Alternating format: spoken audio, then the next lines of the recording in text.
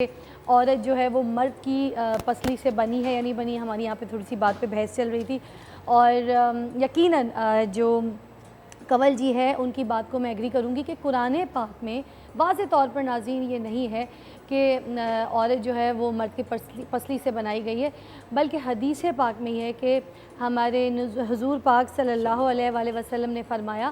کہ جو شخص اللہ تعالیٰ پر اور آخرت پر ایمان رکھتا ہے وہ خواتین کے ساتھ بھلائی کرے کیونکہ یہ مرد کی پسلی سے بنائی گئی ہے.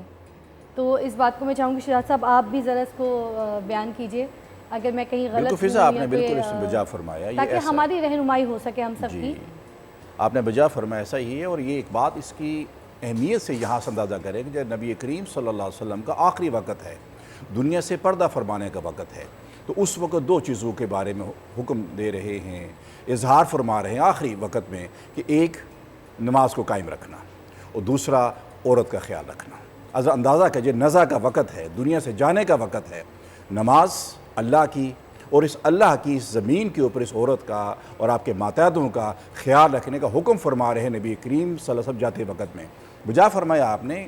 مسئلہ یہ ہے کہ عورت اب یہ جو ہماری تعلیم و تربیت میں اب اس کی جو آزادی کے اندر چیزیں ہمیں دیکھنی ہیں، ایک تو اس کی وائلنس سے آزاد ہونی چاہیے. اس کو ووٹ کا رائٹ یہ نہیں ہے کہ ہم نے الیکشن میں جا کے ووٹ ڈالنا ہے، کہ ہر کام کے اندر یہ اپنی اوپینین دے سکے، گھر کے بنانے میں، گھر کے چلانے میں، بچوں کی تعلیم میں، تربیت میں، ان کی شادی غمی میں اس کو یہ ووٹ ملنا چاہیے، رائٹ ملنا چاہیے، شی شوڈ